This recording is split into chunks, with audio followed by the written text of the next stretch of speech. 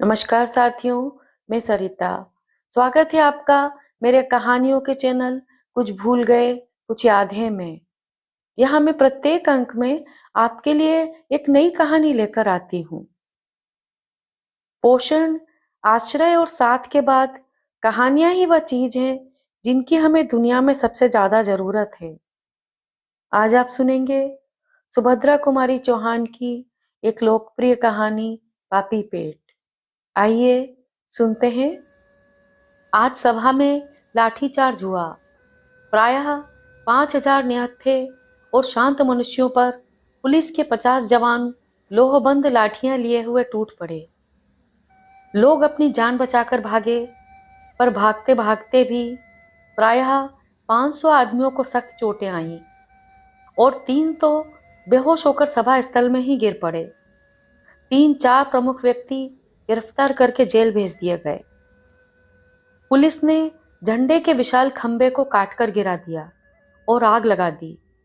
तिरंगा झंडा फाड़कर पैरों से रौंद डाला गया। सबके हृदय में सरकार की सत्ता का आतंक छा गया। प्रकट रूप में विजय पुलिस की ही हुई। उनके सामने सभी लोग भागते हुए नजर आए और यदि किसी ने अपनी जगह खड़े रहने का साहस दिखलाया तो वह लाठियों की मार से धराशायी कर दिया गया। परंतु इस विजय के होते हुए भी उन चेहरों पर विजय का उल्लास नहीं था, प्रत्युत ग्लानि ही छाई थी। उनकी चाल में आनंद का हल्कापन ना था, वरन ऐसा मालूम होता था कि जैसे पैर मन बन भर के हो रहे हैं। हृदय उछल नहीं रहा था, वरन एक प्रकार से दबा जा रहा था।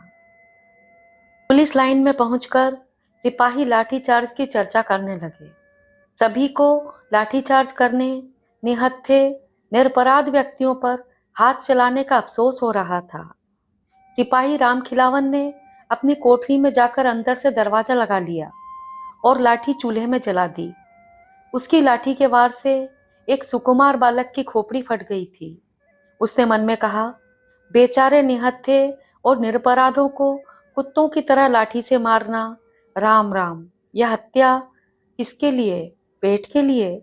इस पापी पेट को तो जानवर भी भर लेते हैं, फिर हम आदमी होकर इतना पाप क्यों करें? इस 20 रुपट्टी के लिए यह कसाईपन? ना, अब तो यह ना हो सकेगा। जिस परमात्मा ने पेट दिया है वह अन्न भी देगा। लानत है ऐसी नौकरी पर। थानेदार बरकतुल्ला लाठीचार्ज के समय चिल्ला चिल्ला कर हुक्म दे रहे थे, मारो सालों को, आए हैं स्वराज्य लेने। लगे खूब कसकस के, परंतु अपने क्वार्टर्स में पहुंचते पहुंचते उनका जोश ठंडा पड़ गया। वे जबान के खराब अवश्य थे, पर हृदय के इतने खराब न थे। दरवाजे के अंदर पैर रखते ही उनकी बीवी ने कहा, देखो तो यह गफूर कैसा फूट फूट कर रो रहा है। क्या किया है आज तुमने? बार बार पूछने पर भी यही कहता है कि अब्बा ने गोपू को जान से मार डाला है। मेरी तो समझ में नहीं आता कि क्या हुआ। सुनते ही थानेदार साहब सर थाम कर बैठ गए। गोपाल बहुत सीधा और स्नेही लड़का था। थानेदार का लड़का और गोपाल एक ही कक्षा में पढ़ते थे और दोनों में खूब दोस्ती थी। थानेदार और उनकी बीवी दोनों ही गोपाल को अपने लड़के की ही तरह प्यार करते थे। थानेदार को बड़ा अफसोस हुआ। बोले, आग लगे ऐसी नौकरी में। गिरानी का जमाना है, वरना मैं तो इस्तीफा देकर चल देता। पर करूं तो क्या करूं? घर में बीवी बच्चे हैं, बूढ़ी माँ है, इनका निर्वाह कैसे हो? नौकरी बुरी जरूर है, पर पेट का सवाल इससे भी बुरा है। आज 60 रुपए माहवार मिलते हैं, नौकरी छोड़ने पर कोई 20 रुपट्टी को भी ना पूछेगा। पापी पेट के लिए नौकरी तो करनी ही पड़ेगी। पर हाँ, इस हाय हत्या से बचने का एक उपाय है। 3 महीने की मेरी छुट्टी बाकी है। 3 महीने बहुत होते हैं, तब तक यह तूफान निकल ही जाएगा। यह सोचकर उन्होंने छुट्टी की दरख्वास्त दूसरे ही दिन दे दी। उधर कोतवाल बख्तावर सिंह का बुरा हाल था। मारे रंज के उनका सिर दुखने लगा था। बख्तावर सिंह राजपूत थे। उन्होंने टाड़ का राजस्थान पढ़ा था। राजपूतों की वीरता की फड़काने वाली कहानियां उन्हें याद थीं। चित्तौड़ के जौहर, जयमल और फत्ता के आत्म बलिदान और राणा प्रताप की बहादुरी के चित्र उनके दिमाग में रह रह कर चमक उठते थे। सोचते थे सोचते थे कि मैं समस्त राजपूत जाति की वीरता का वारिस हूँ। उनका सदियों का संचित गौरव मुझे प्राप्त है। मेरे पूर्वजों ने कभी निहत्थों पर शस्त्र नहीं चलाए। मैंने आज यह क्या कर डाला? ऐसे मारने से तो मर जाना अच्छा, पर पापी पेट जो ना कराए सो थोड़ा। इसी संकल्प विकल्प में पढ़कर उन्होंने रात को भोजन भी नहीं किया। आखिर भोजन करते भी तो कैसे? उस घायल बच्चे का रक्त रंजित कोमल शरीर, उसकी करुण चीत्कार और उसकी हृदय को हिला देने वाली निर्दोष प्रश्नपूर्ण दृष्टि का चित्र उनकी आंखों के सामने रह रहकर खिंच जाता था। उसकी याद उनके हृदय को टुकड़े टुकड़े किए डालती थी। इस प्रकार दुखते हुए हृदय को दबाकर वे कब सो गए कौन जाने। सवेरे उठने पर उन्हें याद आई कि कल ही जो उन्हें तनख्वाह के 300 रुपए मिले थे, उसे वे कोट की जेब में ही रखकर सो गए थे, कहीं किसी ने निकाल न लिए हों। इस ख्याल से झटपट उन्होंने कोट की जेब में हाथ डाला और नोट निकालकर गिनने लगे। एक एक करके गिने, 100 के 3 नोट थे। उन पर सम्राट की तस्वीर बनी थी और गवर्नमेंट की तरफ से किसी के हस्ताक्षर पर यह लिखा हुआ था कि मैं मांगते ही 100 रुपये देने का वायदा करता हूँ। रुक्का इंदुल तबल प्रॉमिसरी नोट। इसी प्रकार 1 2 3 एक ही महीने में 300, एक वर्ष में 3600, 3600, 30 वर्ष में 1,08,000। हर साल तरक्की मिलेगी, फिर 30 साल के बाद पेंशन और ऊपर से। इसी उधेड़बुन में थे कि इतने ही में टेलीफोन की घंटी बजी। वह चट से टेलीफोन के पास गए, बोले, हेलो। उधर से आवाज आई, डीएसपी। और आप कौन हैं? उन्होंने कहा, शहर कोतवाल। शहर कोतवाल का अधिकारपूर्ण शब्द उनके कानों में गूंज गया। उधर से फिर आवाज आई, अच्छा तो कोतवाल साहब, आज 11 बजे जेल के भीतर कल के गिरफ्तार शुदा कैदियों का मुकदमा होगा। उसमें आपकी गवाही होगी। आप ठीक 11 बजे जेल पर पहुंच जाइए। कोतवाल साहब ने कहा, बहुत अच्छा। अब कोतवाल साहब अपने दफ्तर के काम में लग गए। ऑफिस पहुंचते ही उनका रोज की ही तरह कुड़कुड़ाना शुरू हो गया। कोतवाली में काम बहुत रहता है, बड़ा शहर है, दिन भर काम करते करते पिसे जाते हैं, एड़ी चोटी का पसीना एक हो जाता है, खाने तक की फुर्सत नहीं मिलती, 24 घंटे गुलामी बजानी पड़ती है, तब कहीं 300 रुपट्टी मिलते हैं। 300 में होता ही क्या है? आजकल तो 500 से कम में इज्जतदार आदमी रह ही नहीं सकता। इसी के लिए झूठ सच, अन्याय अत्याचार क्या क्या नहीं करना पड़ता। पर उपाय भी तो कुछ नहीं है। इस 6 फुट के शरीर को कायम रखने के लिए पेट में तो कुछ झोंकना ही पड़ेगा। क्या ही अच्छा होता यदि भगवान पेट न बनाता। इन्हीं विचारों में समय हो गया और कोतवाल साहब ठीक 11 बजे गवाही देने के लिए जेल को चल दिए। लाठीचार्ज का हुक्म देने के बाद ही मजिस्ट्रेट राय साहब कुंदन लाल जी को बड़े साहब का एक अर्जेंट रुक्का मिला। साहब ने उन्हें फौरन बंगले पर बुलाया था। इधर लाठीचार्ज हो ही रहा था कि उधर वे मोटर पर सवार होकर बड़े साहब के बंगले पहुंचे।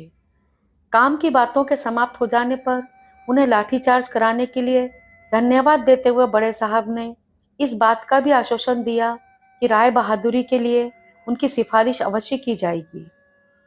बड़े साहब का उपकार मानते हुए राय साहब कुंदनलाल अपने बंगले लौटे।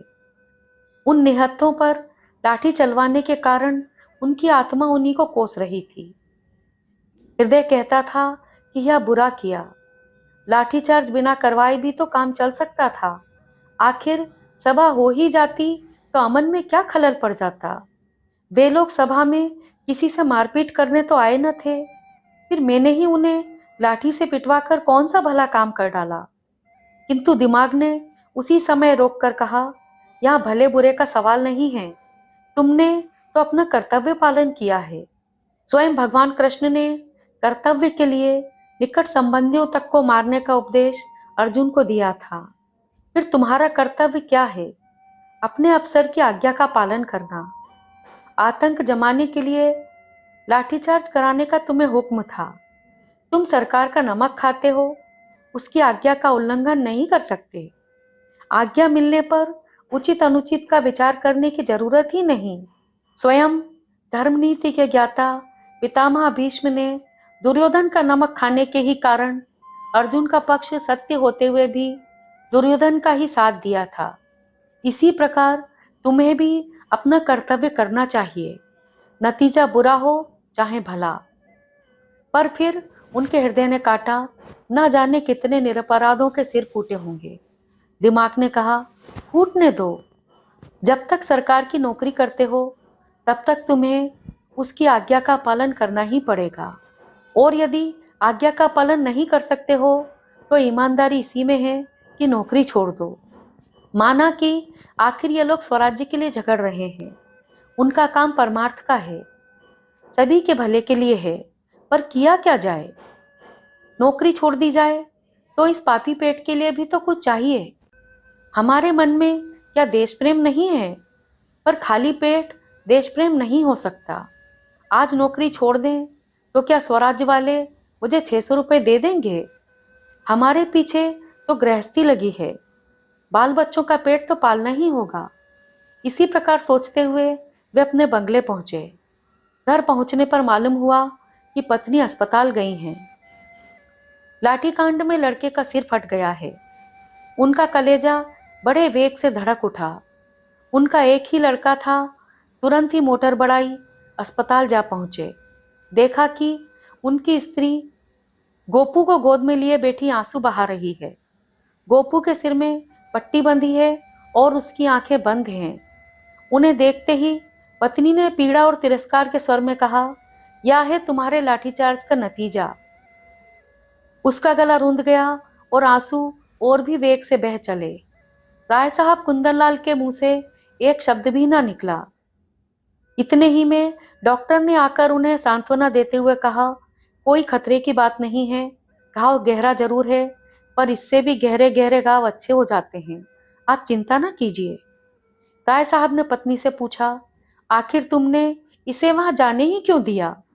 पत्नी ने कहा, तो मुझसे पूछ के ही तो वहां गया था ना। रात भर गोपू बेहोश रहा, दूसरे दिन भी बेहोशी दूर न हुई। दूसरे दिन 11 बजे दिन में जेल में मुकदमा होने वाला था, परंतु न्यायाधीश ठीक समय पर ना पहुंच सके। आज उन्हें एक मामले में जो 3 महीने से उनकी अदालत में चल रहा था, सजा सुनानी थी। मामला था एक 13 साल की बालिका को बेचने के लिए भगा ले जाने का। जुर्म साबित हो चुका था। न्यायाधीश के द्वारा उसे 6 महीने की सख्त कैद की सजा दी गई थी। फैसला सुनाकर न्यायाधीश महाशय जेल आए।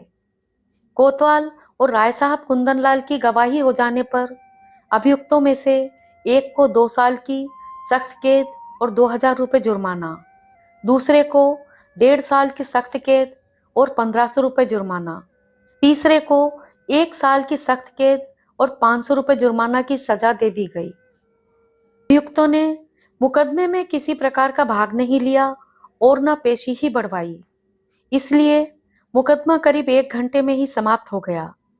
तीनों अभियुक्त प्रतिष्ठित सज्जन थे और राय साहब की जान पहचान के थे। मुकदमा खत्म हो जाने पर राय साहब ने उनसे माफी मांगते हुए कहा, क्षमा करना भाई, इस पापी पेट के कारण लाचार हैं, वरना क्या हमारे दिल में देश प्रेम नहीं है? यह कहकर उन्होंने अपनी आत्मा को कुछ संतोष दे डाला। गोपू की हालत और भी ज्यादा खराब हो गई थी। उसकी नाड़ी क्षीण पड़ती जाती थी। राय साहब के पहुंचने पर उसने पहली ही बार आंखें खोली। उसके मुंह पर हल्की सी मुस्कुराहट थी। धीमी आवाज से उसने कहा, वंदे माँ। माँ की ध्वनि नहीं निकल पाई। माँ के साथ ही उसका मुंह खुला रह गया और आंखें सदा के लिए बंद हो गईं। उसकी माता चीख मारकर लाश पर गिर पड़ी। राय साहब के शून्य हृदय में बार बार प्रश्न उठ रहा था, यह सब किसके लिए? और मस्तिष्क से प्रतिध्वनि उसका उत्तर दे रही थी, पापी पेट के लिए। आज की कहानी यहीं खत्म होती है। साधारण व्यक्ति चाहकर भी कई बार उच्च आदर्शों और देश प्रेम के साथ नहीं जी पाता, क्योंकि पेट की भूख और परिवार का भरण पोषण उसकी सबसे पहली और कठोर सच्चाई होती है। मैं सरिता अब आपसे विदा लेती हूँ। कल फिर मिलूंगी एक नई कहानी के साथ। नमस्कार।